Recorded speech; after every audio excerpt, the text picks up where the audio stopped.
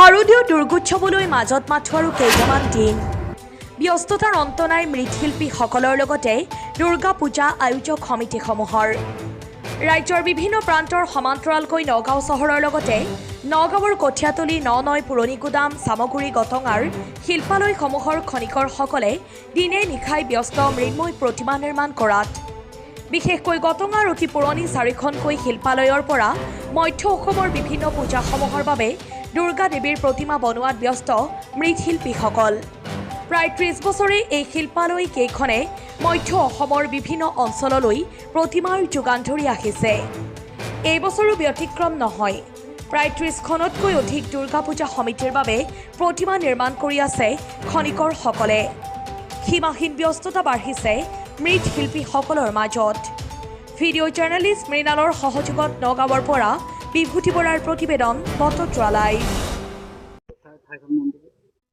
ঠাইখনৰ নাম চামগুৰি গটঙা বুলি কয়। এতিয়া দেখিবলৈ পোৱা গৈছে শাৰদীয় দুৰ্গা পূজা আহি আছে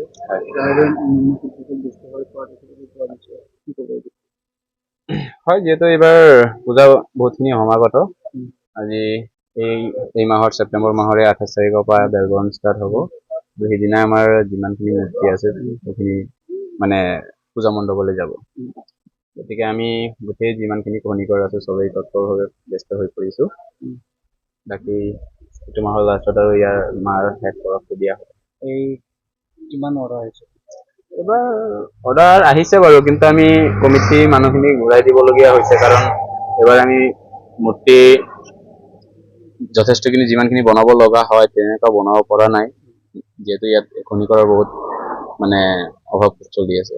নাই বৰ্তমান খনিকৰ বেছিভাগ আপোনাৰ বেংগল, ধুবুৰী, আমাৰ কৰিমগঞ্জ বা এই বিভিন্ন প্ৰান্তৰ পৰা আহে আৰু লোৱাৰ আছামৰ পৰা আহে বেছিভাগ খনিকৰ। হয়, আমি তাৰ পৰা আনি পেলাই এই মূৰ্তিখিনি বনাওঁ। এবাৰ কিমান মূৰ্তি বনোৱা হৈছে? এইবাৰ এনে আমি 15-16খন মূৰ্তি বনাইছোঁ। অৰ্ডাৰ আহিছে কিমান? হয়, অৰ্ডাৰ আহিছে 10-12খন এতিয়ালৈকে অৰ্ডাৰ হৈছে। এইবাৰ দৰ কিমান? এইবাৰ দৰ আপোনাৰ 20ৰ তলত 20-25 হাজাৰ আৰু ওপৰত ধৰক না 80,000 70,000 তেনেকুৱা। কিমান ফুট ওপৰলৈকে তোমালোকে বনাই? আমি এইবাৰ লাষ্ট 12 ফুট 12 ফুটলৈকে বনাই আছোঁ। হয়, নিম্ন শিল্পীসকলে চৰকাৰে সহায় পায়? তেনেধৰণৰতো সহায় নাপায় বাৰু। আমি নিজৰ পুঁজিৰে নিজৰ ঘৰুৱা পুঁজিৰে যিমানখিনি পাৰোঁ আমি বনাই প্ৰতিষ্ঠানবোৰ চলাই আছোঁ। নিজৰ জীৱিকা নিৰ্বাহ কৰোঁ। চৰকাৰৰ কি ক'ম আৰু, মৃৎশিল্পীৰ কাৰণে এটা ভাল ধৰণৰ সুবিধা এখন ওলাব লাগে, যিহেতু আমাৰ এতিয়া বৰ্তমান চৰকাৰৰ ওপৰতে আস্থা আৰু বিশ্বাস আছে আমাৰ। গতিকে আমাৰ মুখ্যমন্ত্ৰী মহোদয়লৈ এইটোৱে আহ্বান থাকিল যে মৃন্ময় শিল্পীখিনিৰ কাৰণে, যিহেতু মৃৎশিল্পী তেখেতৰ কাৰণে এটা ভাল ধৰণৰ এটা চিষ্টেম বা কৰি দিব লাগে, সুবিধা এটা কৰি দিব লাগে। দুৰ্গাৰ মূৰ্তি বনোৱা মাটি ক'ৰ পৰা অনা হয়? এইখিনি আপোনাৰ বিভিন্ন প্ৰান্তৰ পৰা আমাৰ চৰ অঞ্চল বা বালিয়া টাইপৰ মাটি, য'ত য'ত মানে বস্তুটো পোৱা যায়, মাটিটো যিটো টাইপৰ লাগে তেনেকুৱা সময়ত টাইপৰ মাটিটো য'ত পোৱা যায় তাৰ পৰা অনা হয়।